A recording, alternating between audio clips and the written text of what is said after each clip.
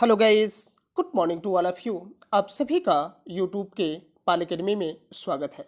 आज हम लोग कक्षा 11वीं के हिंदी पद्य खंड में संकलित गोस्वामी तुलसीदास जी के द्वारा रचित श्री रामचरितमानस के भरत महिमा नामक जो शीर्षक है उसके कुछ दोहों और चौपाइयों को पढ़ेंगे। यह उस समय की बात है कि जब मर्यादा पुरुषोत्तम श्री रामचंद्र जी को वनवास दे दिया गया है और कैकेयी के कहने पर पूरा का पूरा राज्य भरत को दे दिया गया है। और उस समय भरत थे नहीं, उस समय भरत और शत्रुघ्न अपने नानी के वहां गए थे। जब वो वापस आते हैं तो पूरे जो अयोध्यावासी हैं वो बताते हैं, सारी व्यथा को बताते हैं। तो वहां पर इन्हें बहुत ही कष्ट होता है, तकलीफ होता है। और वो माता कैकेयी से तो जो भी जहां तक कह सकना पड़ा वहां तक कहे सुनाए। शत्रुघ्न ने तो मंथरा को उसके कुबड़ पर ऐसा लात मारे कि मानो कि उनका कुबड़ ही सही हो गया। और बार बार कहने के बाद भी वह अब श्री रामचंद्र जी को मनाने के लिए जाना चाहते हैं कि आखिर श्री रामचंद्र जी ही ऐसे व्यक्ति हैं कि जिनका पूर्ण रूप से इस अयोध्या राज्य पे अधिकार है। यह पंक्तियां उस समय की है कि जब प्रभु श्री रामचंद्र जी को वनवास दे दिया गया है और पूरा का पूरा जो राज्य है वह कैकेयी के कहने पर भरत को दे दिया गया है। और उस दौरान भरत और शत्रुघ्न अयोध्या में उपस्थित नहीं थे, वह अपने नानी के वहां गए थे। जब वो वापस अयोध्या आते हैं तो देखते हैं कि अयोध्यावासी उन्हें बताते हैं कि अब आप अयोध्या के राजा हैं। इस पर भरत आश्चर्यचकित होते हैं और कहते हैं कि इस राज्य पर यदि एकाधिकार किसी का है तो वह प्रभु श्री रामचंद्र जी का है, उनके अतिरिक्त किसी का अधिकार नहीं है। और उन्होंने क्या कर दिया कि तुरंत ही यह विचार कर लिए कि मुझे प्रभु श्री रामचंद्र जी को बुलाने के लिए जाना है। उन्होंने माता कैकेयी को बहुत जो भी जहां तक भी कह सकना पड़ा वहां तक कहे सुनाए।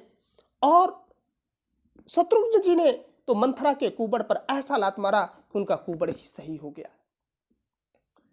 अब जब वो निकल पड़ते हैं तो जो वनवासिनियां स्त्रियां हैं वह देखती हैं जब भरत और शत्रुघ्न को, तो क्या कहती हैं, उनकी वाणी को, उनके शब्दों को गोस्वामी तुलसीदास जी ने अपने दोहों के माध्यम से, चौपाइयों के माध्यम से कैसे अभिव्यक्त किया है कि चलत पयादे खाते फल पिता दिन है तजिराज जात मनावन रघुबरही भरत सरिस को याश।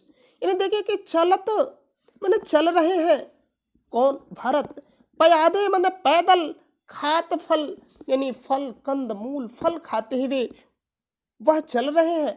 पिता दिन तजराज, और पिताजी के द्वारा दिए गए राज्य को त्याग कर पैदल चलते हुए कंद मूल खाते हुए चल रहे हैं। क्योंकि जब कोई व्यक्ति त्याग करता है, व्रत धारण करता है, तो उस दौरान वह भोजन नहीं करता बल्कि फलाहार करता है, फलाहार करता है। यानी वह फलाहार करते हुए कंद मूल फल खाते हुए प्रभु श्री रामचंद्र जी को बुलाने के लिए जा रहे हैं। जात मनावन मनाने के लिए जा रहे हैं, रघुबरई यानी प्रभु श्री रामचंद्र जी को भरत सरिस को आज। ये जो वनवासिनी स्त्रियां हैं वह कह रहे कि भरत के समान आज भाई कौन है। आजकल के भाई तो थोड़े से थोड़े सी जो जमीन है उस जमीन के लिए एक एक बित्ते, चार चार अंकुर जमीन के लिए झगड़ा कर लेते हैं, एक दूसरे का सर फोड़ देते हैं। और यहाँ पर भरत जी अपना पूरा का पूरा जो दिया गया राज्य है उस राज्य को पुनः श्री रामचंद्र जी को वापस लौटाने जाते हैं। आखिर रामचरितमानस जो महाकाव्य है, जो ग्रंथ है, वह श्रेष्ठ क्यों है, इसमें यह भी बताया गया है कि एक भाई का दूसरे भाई के प्रति प्रेम कैसा होना चाहिए, एक पुत्र का पिता के प्रति प्रेम क्या होना चाहिए, एक पिता का पुत्र के प्रति प्रेम क्या होना चाहिए, एक मित्र का दूसरे मित्र के साथ कैसा व्यवहार होना चाहिए। इन सारी चीजों का उल्लेख गोस्वामी तुलसीदास जी ने अपने रामचरितमानस के उस पंक्तियों में किया है। अब देखिए कि यहाँ पर एक दूसरे से स्त्रियां चर्चा कर रही हैं कि भायपि भगत भरत आचरण। भायप मतलब होता है भातृत्व, भगत में भक्ति, यानी भाई के प्रति जो भक्ति थी, भरत आचरण, और भरत का जो आचरण था वह इतना पवित्र था यानी भरत का अपने भाई के प्रति भक्ति और भरत का जो आचरण था इतना पवित्र था कि कहत सुनत दुख दूषण हरनु। कहत यानी कहने मात्र, सुनत बने सुनने से, दुख मतलब जो दुख है, दूषण मतलब जो दोष है, हरण मतलब हरण हो जाता है। यानी उनका जो आचरण है इतना पवित्र है कि कहने और सुनने मात्र से दुख और दोष का हरण हो जाता है। फिर ये जो स्त्रियां हैं एक दूसरे से कह रहे कि जो किछु कहब थोर सखी सोई, कि हे सखी यदि भरत के चरित्र के विषय में, जहां तक उनके आचरण के विषय में जो किछ कहब, जितना कुछ भी कहा जाए, थोर सखी सोई वह थोड़ा ही होगा। जितना कुछ भी कहा जाएगा वो सब का सब थोड़ा ही होगा। राम बंधु अस काहे न होई, राम बंधु यानी राम के बंधु अर्थात भरत, अस काहे न होई यानी भरत के समान कोई नहीं होगा। यानी भरत के समान कोई भाई नहीं हो सकता कि पूरे के पूरे राज्य को अपने भाई को लौटाने के लिए जाते हैं। आज थोड़े से में बर्दाश्त नहीं होता, संतोष नहीं होता है, और ये भाई देखिए कि अपने पूरे राज्य को अपने भाई को सौंप रहे हैं। आगे वाली पंक्ति में ये कहती हैं कि हम सब सानुज भरत ही देखे। ये स्त्रियां कह रहे हैं, जो वनवासिनी वन में निवास करने वाली स्त्रियां ये कह रहे हैं कि हम लोगों ने सानुज मतलब सधन अनु, जो छोटे भाई हैं भरत ही, भरत के छोटे भाई अर्थात शत्रुघ्न देखे। हम लोगों ने भरत के साथ उनके छोटे भाई शत्रुघ्न को देखकर वैन धन्य, हम लोग धन्य हो गए। जुबती जन लेखे, जिस प्रकार से जो सौभाग्यशाली स्त्रियां होती हैं यानी धन्य हो जाती हैं, उसी प्रकार हम लोगों ने भरत और शत्रुघ्न को देखकर हम सभी स्त्रियां भी धन्य हो गई। भैन धन्य जुबती जन लेखे, यानी जो सौभाग्यशाली स्त्रियां होती हैं उन सौभाग्यशाली स्त्रियों की भांति हम लोग भी धन्य हो गए। फिर कह रही है अगली पंक्ति में, सुनि गुण देख दशा पछताई। स्त्रियां एक दूसरे से कह रही हैं कि सुनि गुण यानी गुण मतलब होता गुण, उनके गुण को सुन करके देखी दशा और उनकी दशा को देखकर पछताही पश्चाताप हो रहा है। यानी इतने बड़े राजमहल के ये दोनों राजकुमार आज पैदल चल रहे हैं, कंदमूल फल खाते हुए चल रहे हैं, तो कह रहे कि गुण सुनि गुण, उनके गुण को सुनकर और उनकी दशा को देखकर पश्चाताप हो रहा है। कैकेयी जननी जोग सुत नहीं, जो कैकेयी है वो जननी मतलब माता, जोग मतलब योग्य, सुत मतलब उस पुत्र के, नहीं मतलब नहीं है। यानी कह रहा है इन पंक्तियों में गोस्वामी तुलसीदास जी कह रहे हैं कि जो कैकेयी है वह भरत की माता के योग्य नहीं है। अभी तक मेरे हिसाब से मैंने अभी तक जहां तक भी पढ़ा है, पुत्र को पुत्र हो सकता है लेकिन माता को माता नहीं हो सकती। यहाँ इन पंक्तियों में दर्शा दिया गया है कि यहाँ पे पुत्र को श्रेष्ठ बता दिया गया है और माता को तुच्छ बता दिया गया है कि माता उस पुत्र को जनने के योग्य नहीं है। मेरे हिसाब से मैं पहली बार इन पंक्तियों को मतलब ऐसे पढ़ रहा हूं जिसमें पुत्र को श्रेष्ठ और माता को तुच्छ दर्शाया गया है। को कह दूषण रानहि नाई, उसी में से कुछ स्त्रियां कह रही हैं को कह, कोई कह रही हैं, दूषण मतलब दोष, राने नाही यानी उसी में से कुछ कह रही हैं कि इसमें राने का कोई दोष नहीं है, इसमें तो सब विधाता का काम है। विधु सब किन्न हमें जो दाइन, ये तो विधु सब किन्न, ये तो सारी चीजें विधाता ने किया है, हम ही जो दाहिन अर्थात जिससे हम लोगों को दर्शन हुआ है, अर्थात उनके दाहिने खड़े होने का तात्पर्य कि मुझे उनका दर्शन हुआ है, ये विधाता की देन है कि मुझे उनका दर्शन हुआ है। क्योंकि उनका दर्शन तो सबको होता नहीं है, किसको होता है। कहा हम लोक वेद विधिहीनी, हम जो स्त्रियां हैं वह लोक और वेद विधिहीनी, हमको तो न लोक का न वेद का न विधि का, हमें तो किसी चीज का ज्ञान ही नहीं है। लघुतीय, एक तो हम तुच्छ जो स्त्रियां हैं, कुल करतूत मलिनी, और हमारा काम भी क्या है, तुच्छ है। एक तो हम तुच्छ स्त्री हैं, दूसरे हमारा काम भी क्या है, तुच्छ है। हम लोक वेद विधि सभी से हीन है, हम इन किसी भी चीज को नहीं जान रही हैं, लेकिन फिर भी हमें भरत और शत्रुघ्न के दर्शन हो गए, हम सौभाग्यशाली हो गए। और कहाँ बसे, बसहि कुदेश कुगाम कुबामा, ये जो वन प्रदेशों में बसने वाली जो स्त्रियां कह रही कि बस ही मत बस रहे कुदेश, ऐसे देश में जिसको कोई भी देखने वाला जानने वाला नहीं है। कुगांव, ऐसे गांव में, कुबामा मतलब होता है नीच स्त्री। हम जो नीच स्त्रियां हैं यानी वन्य प्रांत के एकदम बुरे गांव में क्या करती हैं, जहां निवास करती हैं, जहां कोई भी आने जाने वाला नहीं है। हम लोग का सौभाग्य है कि आज दर्शन हो गए। कहा यह दरसो पुण्य परिणामा, कहा यह दरस, ये जो दर्शन मिला है पुण्य परिणामा, ये हमारे पुण्य का क्या है, परिणाम है। अभी तक मैंने जीवन में जो भी पुण्य किया है उस पुण्य का मानो परिणाम इस धरती पर ही मिल गया है कि भरत और शत्रुघ्न के दर्शन हो गए हैं। अस आनंदो अचरज प्रतिग्रामा, अस आनंदो मतलब उस अचरज प्रतिग्रामा, उस गांव के जो वन्य प्रांत था, उस वन्य प्रांत के प्रत्येक गांव में इतना आनंद और आश्चर्य हो रहा था कि मानो कि जन मरुभूमि कल्पत रुझाना, कि मानो कि मरुभूमि यानी रेगिस्तान में कल्प वृक्ष उग गया हो। ऐसा प्रतीत हो रहा था कि रेगिस्तान में कल्प वृक्ष उग गया हो। इस तरह के वहां हर एक व्यक्ति के अंदर इतनी प्रसन्नता और खुशी हो रही थी।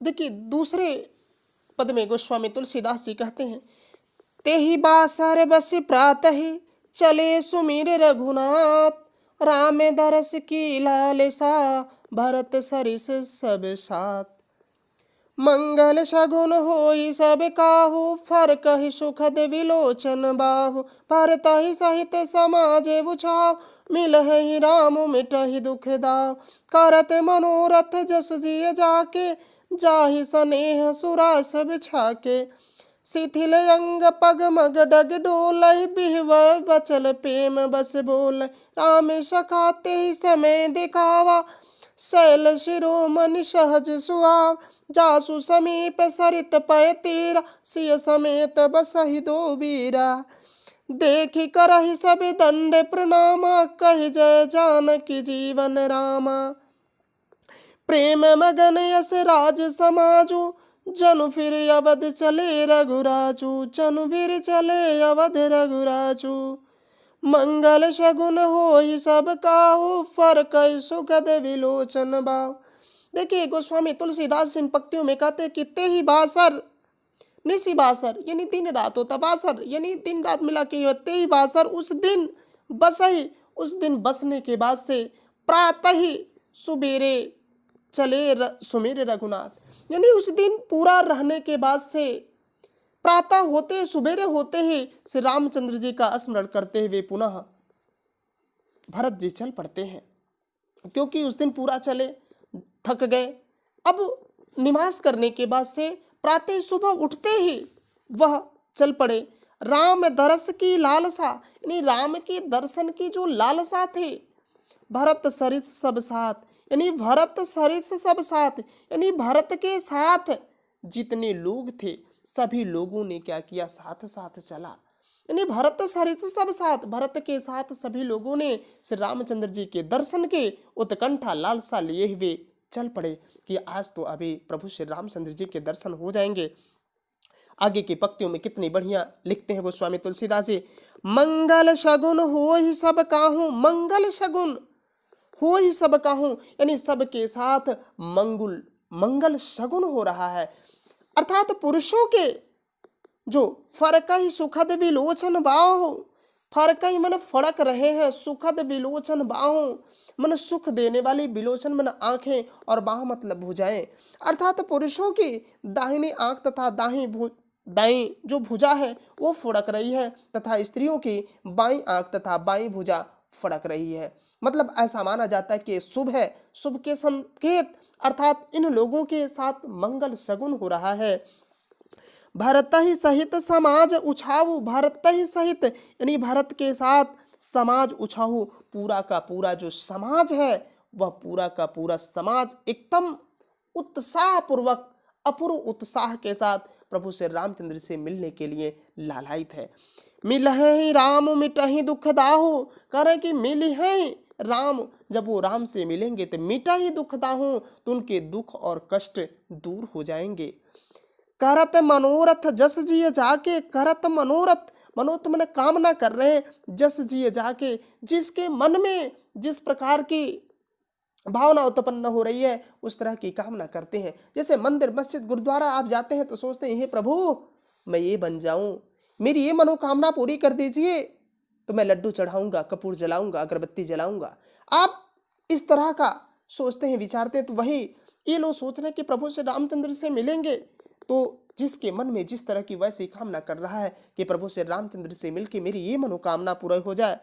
जाहि स्नेह सुरा सब छाके, कि मानो वो जाके प्रभु से रामचंद्र जी से प्रेम रूपी मदिरा को छक कर पिएंगे। जैसे मदिरा को जब व्यक्ति पी लेता है तो देखते हैं कि दम ढहते ढिमलाते हुए चलता है, उसके पांव ये नहीं पता होते हैं कि कहाँ पड़ रहे हैं। जही सने जाही सने, मानो कि श्री रामचंद्र जी के प्रेम रूपी सुरा सब छाके, कि उस मदिरा को छक कर क्या किए हैं, पिए हुए हैं। उस मदिरा को, जो सुरा यानी मदिरा है, उस मदिरा को छक कर भर पेट क्या किए, पिए हैं। शिथिल अंग पग मग डग डोल है, शिथिल अंग, जिससे वो प्रेम रूपी मदिरा को पीने से शिथिल अंग, उनके सभी के जब सभी अंग वो शिथिल हो गए।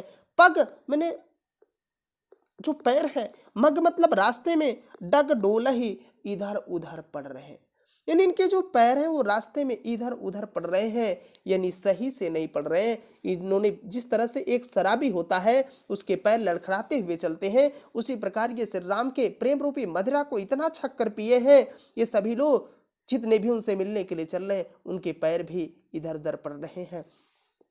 बिहवल बचन प्रेम बस बोल ही, लेकिन एक चीज और है, जो शराबी होता है सच ही बोलता है, इस बात को मानिएगा।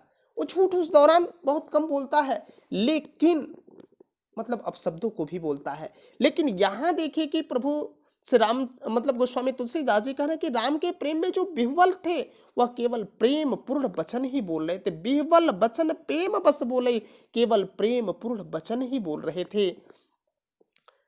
आगे की पंक्तियों में, राम सखाते ही समय दिखावा, उसी समय राम के मित्र अर्थात निषाद राज जी उन्हें ते ही समय दिखावा, उसी समय दिखा रहे हैं।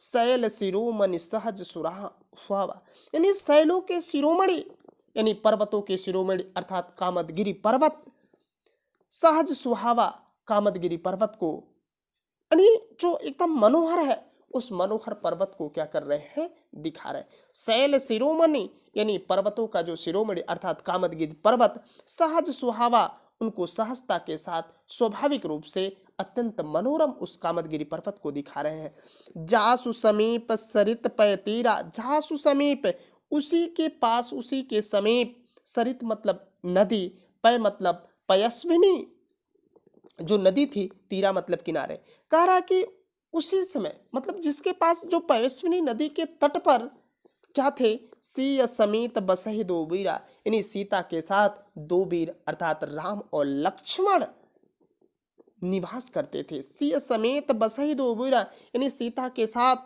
जो राम और लक्ष्मण जो दो वीर थे वो निवास कर रहे थे। यानी जासु समीप, उस पर्वत के समीप की बात की जा रही है। पयस्विनी नदी के किनारे ही सीता के साथ दो वीर अर्थात प्रभु श्री रामचंद्र जी और लक्ष्मण निवास करते हैं। देखी करहि सब दंड प्रणामा, देखी करहि देख कर रहे हैं, सब दंड प्रणामा, सब लोगों ने देखते हुए उसे दंडवत प्रणाम किया। कहे कि उसी पर्वत के पास वो रहते हैं, सभी लोगों ने देखकर उस पर्वत को प्रणाम किया। कही जय जानकी जीवन रामा, और सभी लोगों ने देखते हुए जानकी जीवन राम की जय हो के नाद के साथ सभी लोगों ने क्या किया, दंडवत प्रणाम किया। कही जय जानकी जीवन रामा, कही जय जानकी जीवन रामा का नाद करते हुए, स्वर उठाते हुए सभी लोगों ने दंडवत प्रणाम किया। प्रेम मगन असराज समाजु, वह पूरा का पूरा जो राज समाज था, जो प्रभु श्री रामचंद्र से मिलने के लिए जा रहा था, इतना मगन था, इतना प्रेम में ऐसे मगन था कि जन फिरे अवध चले रघुराजू, की मानो श्री रामचंद्र जी अयोध्या लौट चले हों। अयोध्या लौट चले हुए इतनी खुशी हो रही है उस समय पूरी की पूरी राज समाज को। अब तीसरा पद है, भरत प्रेम तेहि समय जस, तस कहि सकई न शेष, कबहि अगम जिम ब्रह्म सुख, अहमम मलिन जनेश सकल स्नेह शिथिल रघुबर के गए कोस दुई दिन ढर के जल थलु देखु बसे निस बीते किन्न गवन रघुनाथ परीते उहाँ राम रजनी अवशेषा जाके सिय सपन यस देखा सहित समाज भरत जनु आए नाथ वियोग ताप तन ताए सकल मलिन मन दिन दुखारे देखि सासु आन अनुहारे सुन सिय सपन भरे जल लोचन भय सोच बस सोच विमोचन लखन सपन यह नीक न होई कठिन कुचाह सुना यही कोई अस कही बंधु समेत नहाने पूजी पुरारी साधु सन माने भारत प्रेम ते ही समय जस यानी भारत का अपने भाई प्रभु श्री रामचंद्र जी के प्रति जो प्रेम था जस मन जैसा था तस कही सकै न शेष अर्थात हजार मुखों वाले जो शेष नाग हैं वो भी उसका वर्णन नहीं कर सकते। कबही अगम जिमि तो तुलसीदास जी कहते हैं तो फिर मुझ कभी के लिए तो यह विषय जैसे अगम और दुष्प्राय है। अगम है अर्थात दुष्प्राय अगम और दुष्प्राय है कि जहां तक तो मैं कह ही नहीं सकता। ये फिर से बता रहे कि जैसे ब्रह्म सुख यानी ब्रह्म सुख की उम्मीद करने वाला जैसे कोई व्यक्ति अहम मम उसके अंदर अहंकार हो मम ममता हो मलिन जनेषु यानी जैसे अहंकार और ममता से मलिन व्यक्ति के लिए ब्रह्मानंद यानी ब्रह्म के आनंद की पूर्ति नहीं हो सकती वैसे जब हजार मुख वाले शेषनाग उनका वर्णन नहीं कर सकते तो मैं कैसे उनका वर्णन कर सकता हूं। आगे कह रहे हैं कि सकल स्नेह शिथिल रघुबर के सकल स्नेह सकल मतलब पूरा स्नेह शिथिल रघुबर के यानी प्रभु श्री रामचंद्र जी के प्रेम में इनका पूरा का पूरा जो शरीर है वह इतना शिथिल हो गया भरत जी के विषय में कि गए कोस दुई दिन ढर के यानी पूरे दिन ढलने तक यानी शाम होने तक केवल 2 कोस ही गए हैं।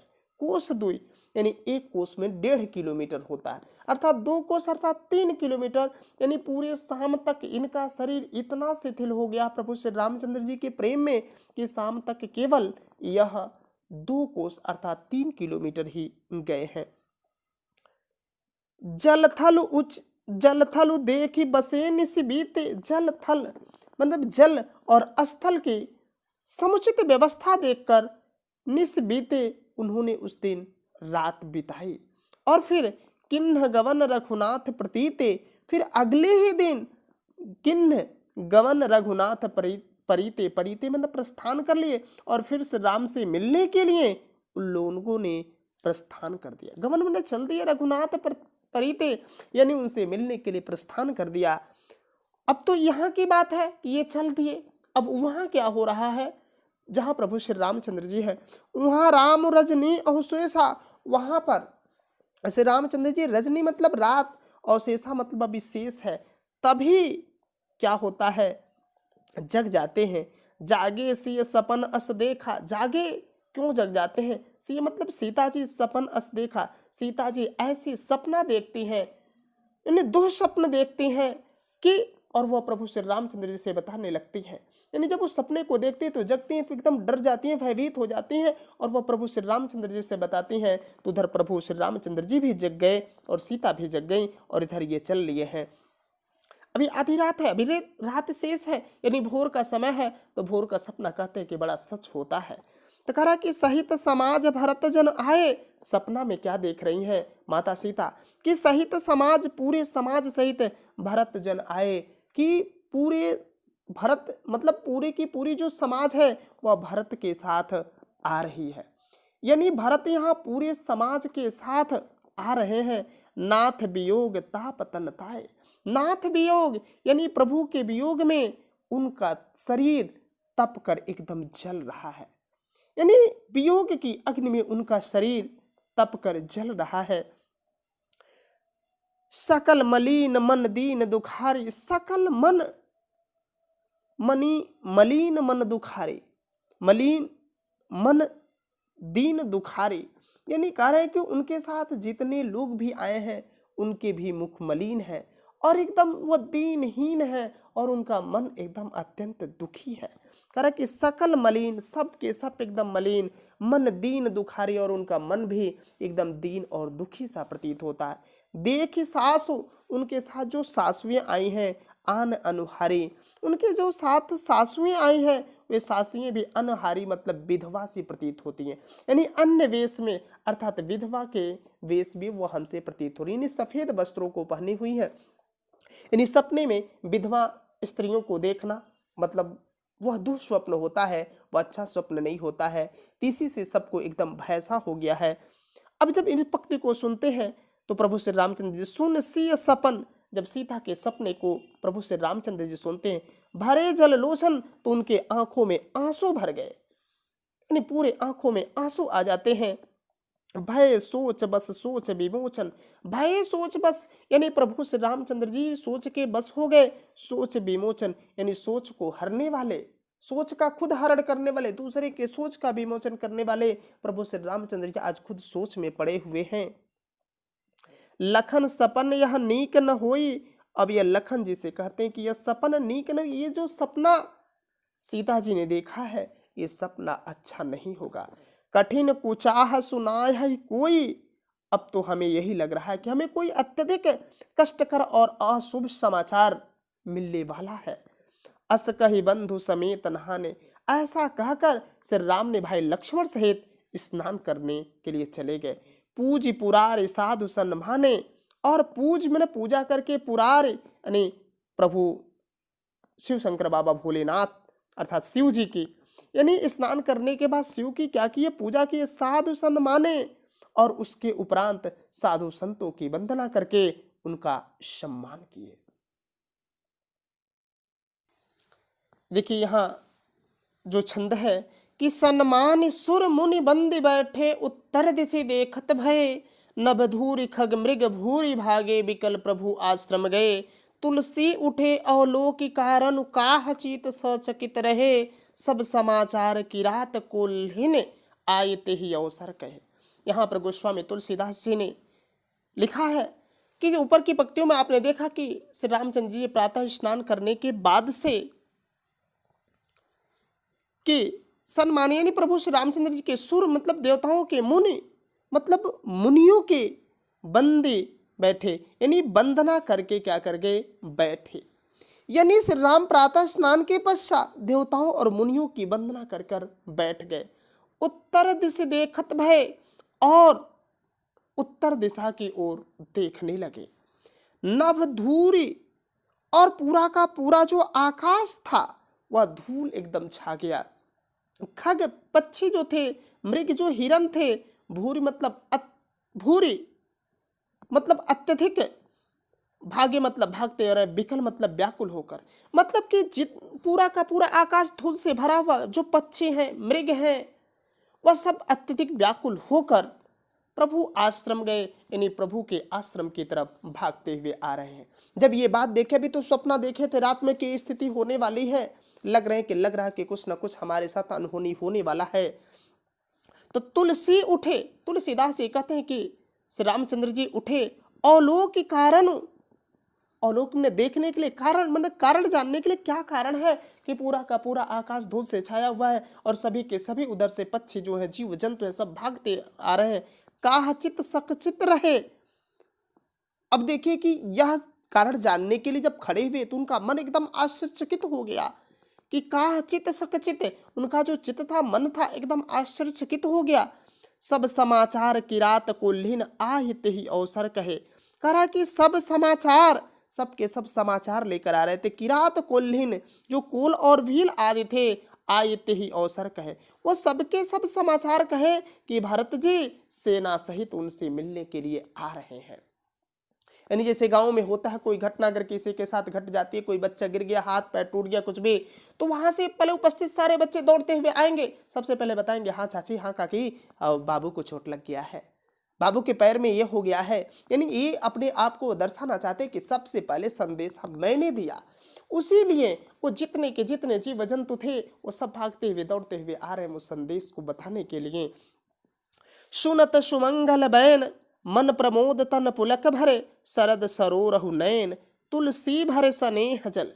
यानी जब कोल भीलो के सुनत सुमंगल बैन, यानी कोल और भीलो के जब सुंदर वचन को प्रभु श्री रामचंद्र जी सुने तब मन प्रमोद तन पुलक भर, उनका जो मन है वह आनंद से भर गया और तन पुलक भर, और उनका तन पुलकित हो गया।